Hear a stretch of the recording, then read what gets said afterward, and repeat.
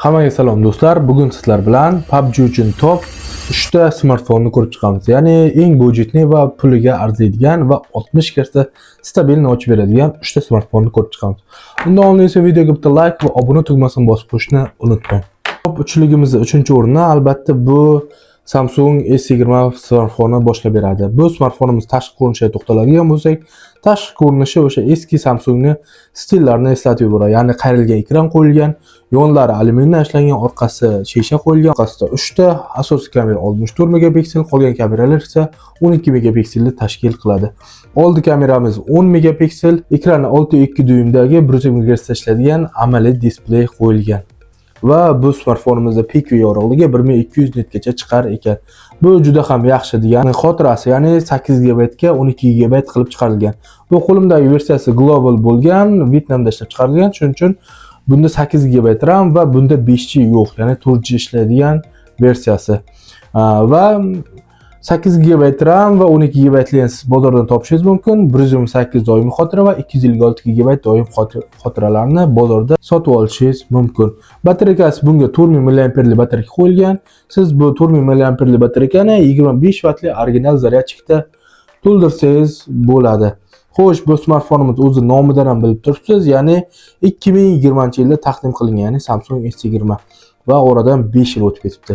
Mana shu 5 yil ichida nimalar bo'ldi deyotgan bo'lsangiz, bu smartfonimizga IP68, ya'ni suv va changdan himoya qo'yilgan. Bunda stereo dinamiklari bor. Smartfonimiz eSIM ham o'qiydi. Bu smartfonimizga o'sha Samsungning eng zo'r prosessorlar bo'lgan o'sha paytdagi 2020-yildagi Samsungning Exynos 990 prosessorlari qo'yilgan. 5G da ishlaydigan versiyasida Snapdragon prosessorlari qo'yilgan edi. Va bu smartfonimizda hozirdagi o'rtacha narxi $200 tashkil qiladi.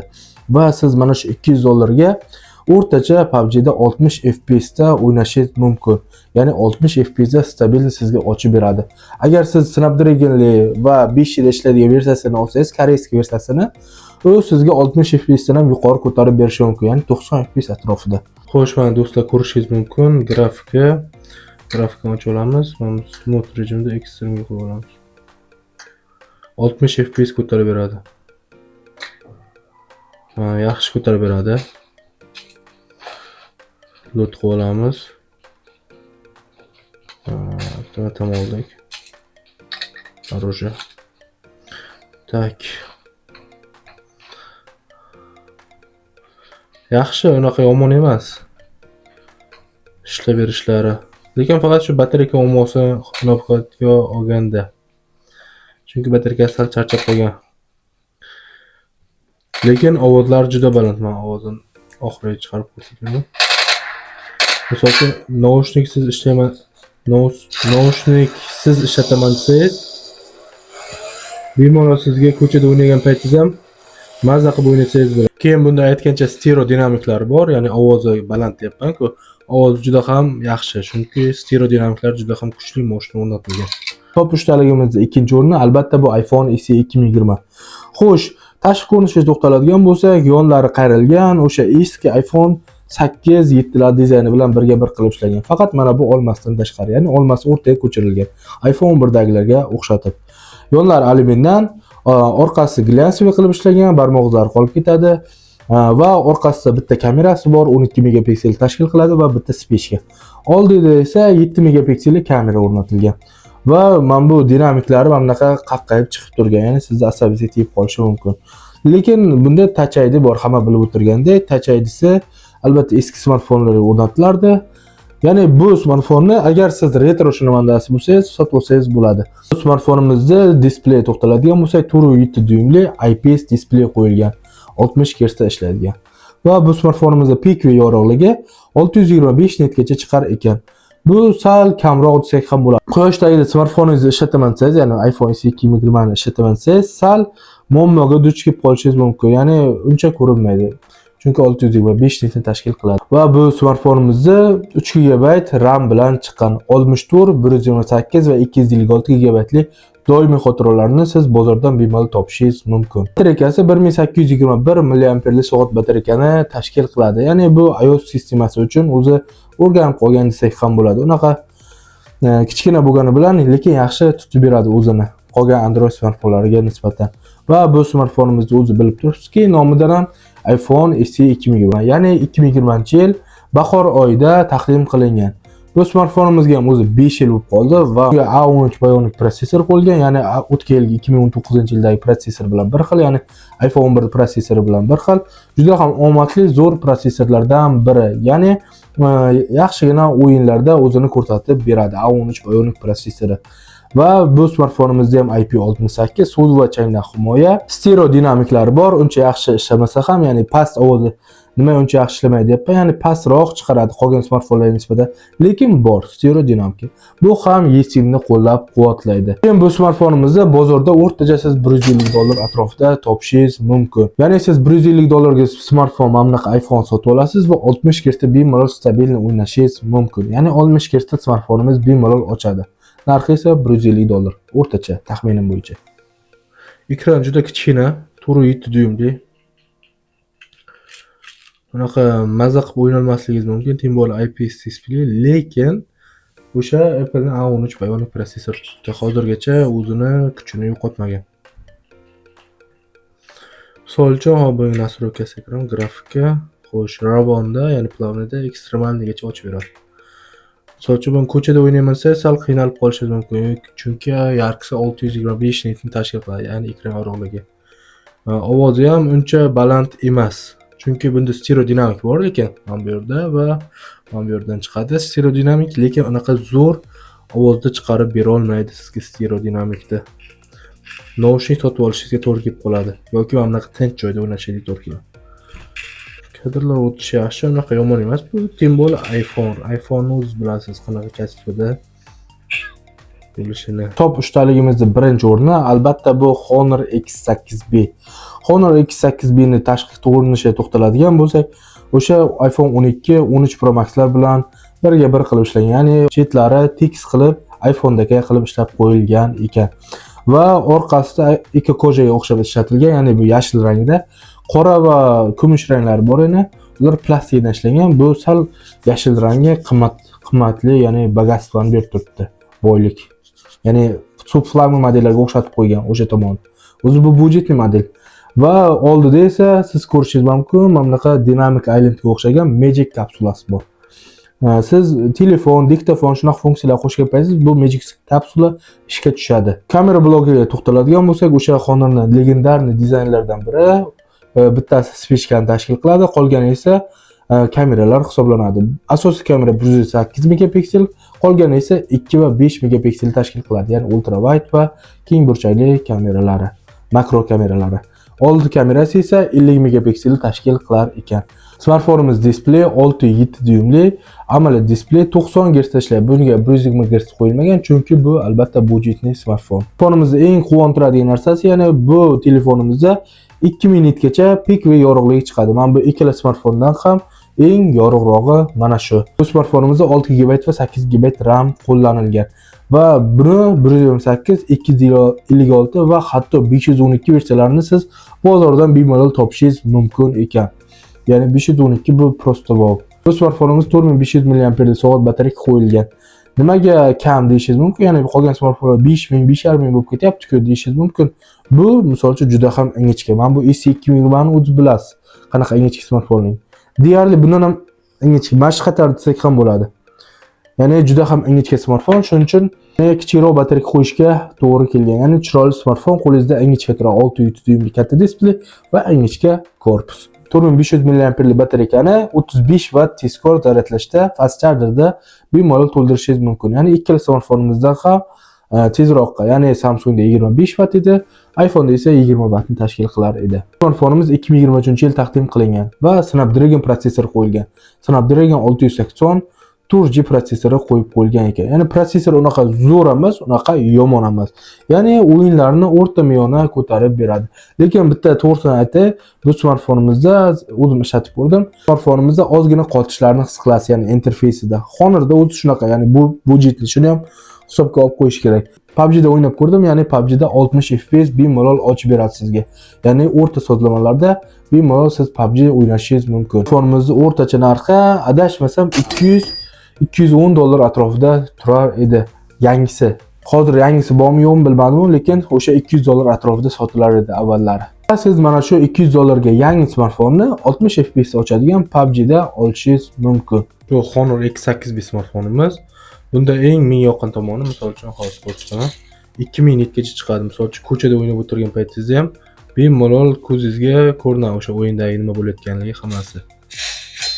Keyin bunda ovozi baland, lekin stereo dinamika yo'q, faqat bitta mana bu joydan chiqarib beradi. Shuning uchun hozir ovozini ham ko'tarib eshitib ko'ramiz. Xo'sh, grafik kiramiz. Grafikasi bunda ham 60 fps ochadi. Mana plavnida ultragacha ochadi. Tak, ketdik. Unaqa yomon emas. S20 yoki S2020 ga o'xshab unaqa zo'r darajada qilib bermasa ham, lekin shu sizga o'sha 40 fps dan 60 fps gacha stabil ochib beradi bemalol. Ovoz sifatlari juda yaxshi. 6-7 dyum bo'lganligi uchun siz katta ekranda mazza qilib o'ynaysiz. Mana shunaqa katta zonalarda, Erangillarda. Hozir Erangilga tushganmiz.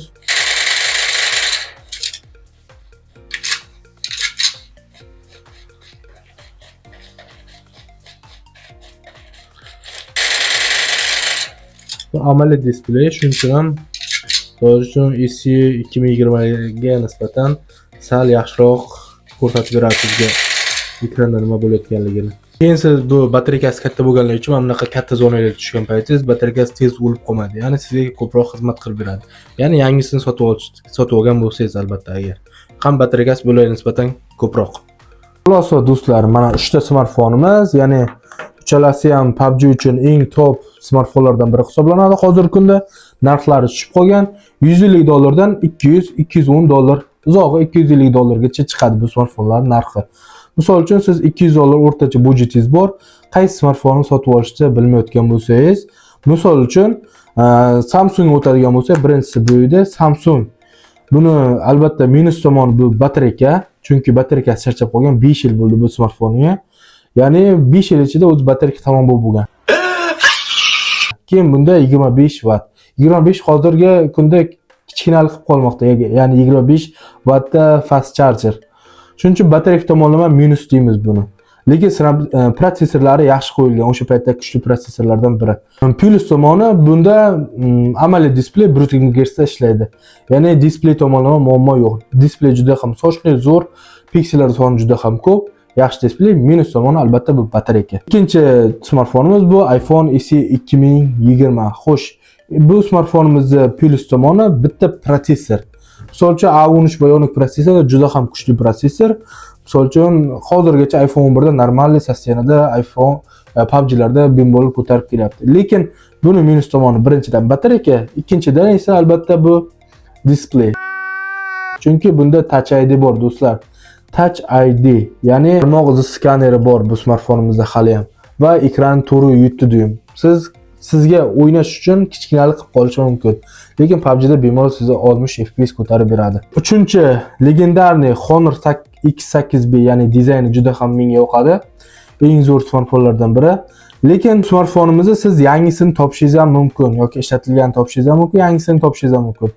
Yangisi shu boya aytib o'tganimdek 200 dollar atrofida turadi.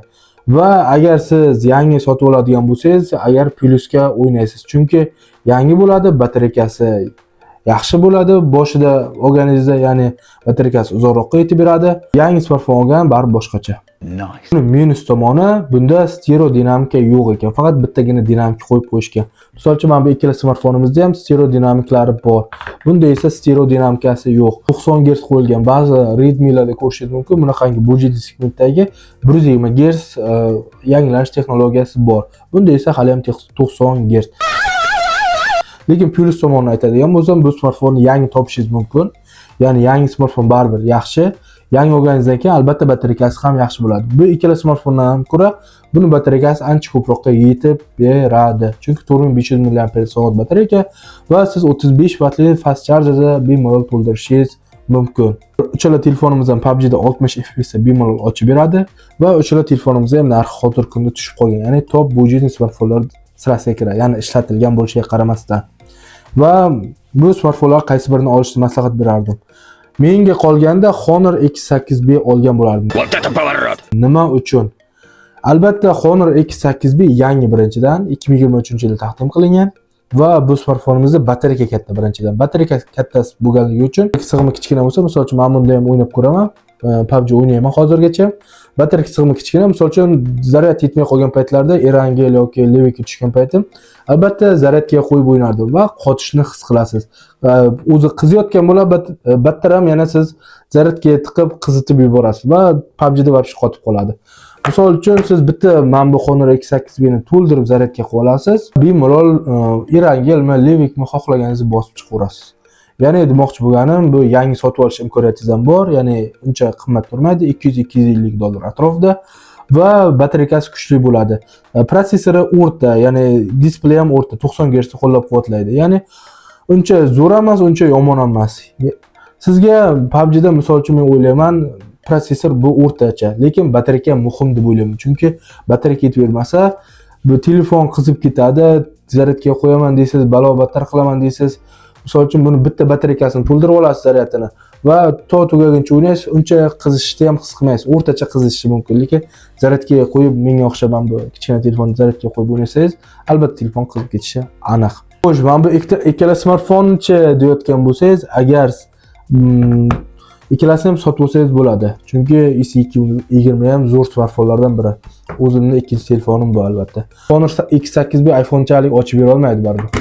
Agar siz iPhone shinavandasi bo'lsangiz va iPhone yoqtiradigan bo'lsangiz, mayli menga Touch ID'si bo'laversin, barmog'ingiz skaneri, ekran kichkina bo'laversin, lekin menga 60 Hz stabilni ochib bersin deyotgan bo'lsangiz, albatta buni sotib olsangiz bo'ladi. Aytayotgan bo'lishingiz mumkin, menga 120 Hz ekran sochli, AMOLED displey bo'lsin va Samsung ham bo'lsin desangiz, agar siz Samsung shinavandasi bo'layotgan bo'lsangiz, buni sotib olishingizni maslahat beraman.